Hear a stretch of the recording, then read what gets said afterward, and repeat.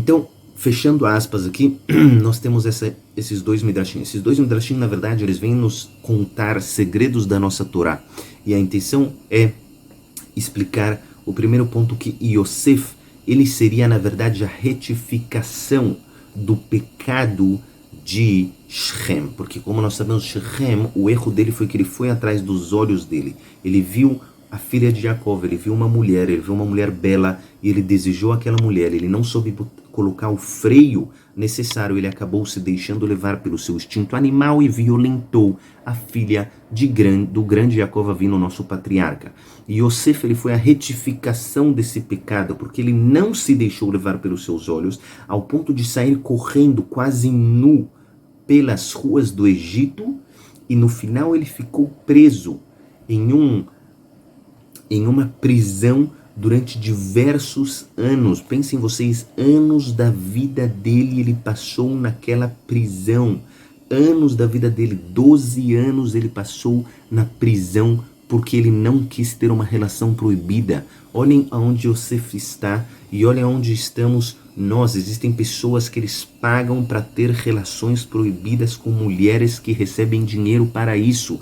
Enquanto Yosef decidiu estar numa prisão, ser jogado, e ele provavelmente pensou que ele ficaria naquela prisão a vida inteira dele, sem nenhuma chance de sair daquela prisão, sem nenhum parente, sem nada e nem ninguém. Ele decidiu se jogar no poço, na prisão, para não pecar. Ele foi preso por atentado ao pudor, ele foi preso por tentativa de violentar uma mulher, e ainda mais uma mulher tão importante. Tudo isso porque ele não quis pecar. Olha a grandeza de Yosef, e olha onde está essa geração.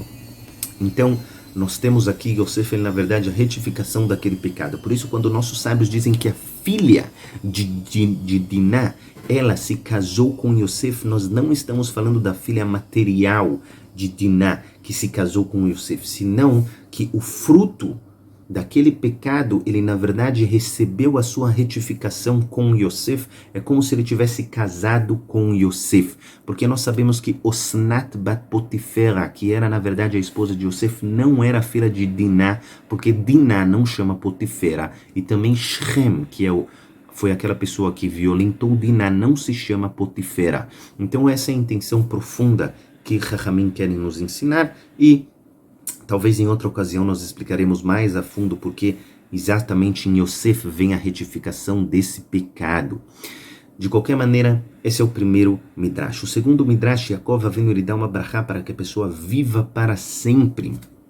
Então, aqui existe também uma intenção muito profunda nas palavras dos nossos sábios. Nós não estamos falando de uma pessoa que viveu para sempre, porque que nem eu já expliquei, não há como a pessoa viver para sempre. Senão a intenção aqui é dizer que Yaakov Avinu, quando ele descobre que Yosef estava vivo, e quando ele sabe que tudo o que aconteceu, ele recebeu uma conexão tão grande com a Kadosh Baruch Hu, que era possível até mesmo ele ressuscitar mortos, ou seja, dar vida a uma pessoa que não teria vida, como vemos que Elisha fez, como vemos que Eliau também fez, se eu não me engano traduzem como Eliseu.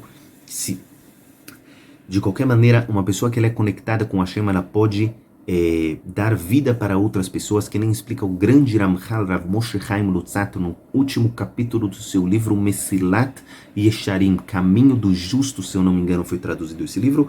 Então, no último capítulo explica que quando uma pessoa ela é muito, muito, muito conectada com a fonte da vida, ele é capaz de trazer vida para outra pessoa. Então essa é a intenção desse Midrash. E isso nos leva à última pergunta. Por que Hashem não revelou para Yaakov que Yosef estava vivo? E essa pergunta é muito grande. Essa pergunta foi feita pelos nossos sábios no Midrash. O Midrash pergunta por que Yaakov não foi porque Hashem não revelou para Yaakov. Se eu não me engano, no Teilim 146, pode ser que eu estou errado e pode ser que é 147, no Teilim 146 ou 147, está escrito Magid Dvarav le Yaakov, que Hashem fala as suas palavras para Yaakov. Então os nossos sábios usam esse versículo para aumentar ainda mais a pergunta: como é possível que o versículo no livro de Terrilim, no livro dos Salmos, ele fala pra gente no final do capítulo, se eu não me engano é o último versículo do capítulo, ele fala Magid Dvarav leYakov, Hashem fala as suas palavras para Yaakov. Então por que aqui Hashem não revelou as suas palavras para Yaakov? A resposta é que para responder isso nós precisávamos de uma aula de 1h30, 2 horas. Porém, de uma maneira curta porque as tribos elas venderam Yosef e elas pensavam que Yosef na verdade estava se revoltando, se rebelando contra as tribos de Yaakov.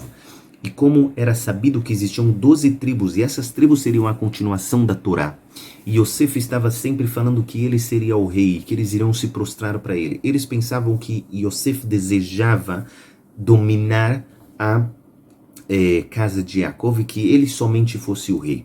Então aquilo foi muito errado nos olhos das tribos e eles decidiram matar Yosef. No final eles mudaram de ideia e decidiram vender Yosef. Desculpem, só que essa venda ela deveria ser aprovada pelo Criador. E para que o Criador aprovasse aquilo, eles se juntaram a todas as tribos, fora Reuven e Binyamin, se juntaram 9 pessoas e eles fizeram uma coisa que se chama Herem. Herem, se eu posso traduzir essa palavra, ela é, na verdade, uma excomungação.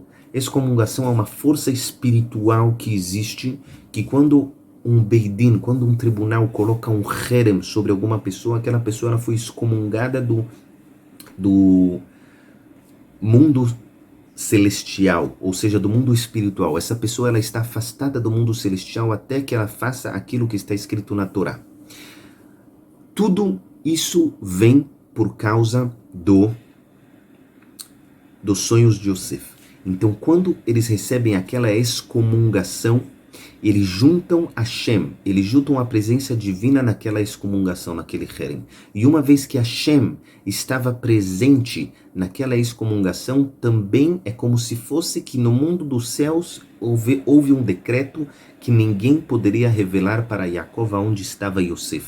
E por esse motivo, Hashem não revelou para Yosef.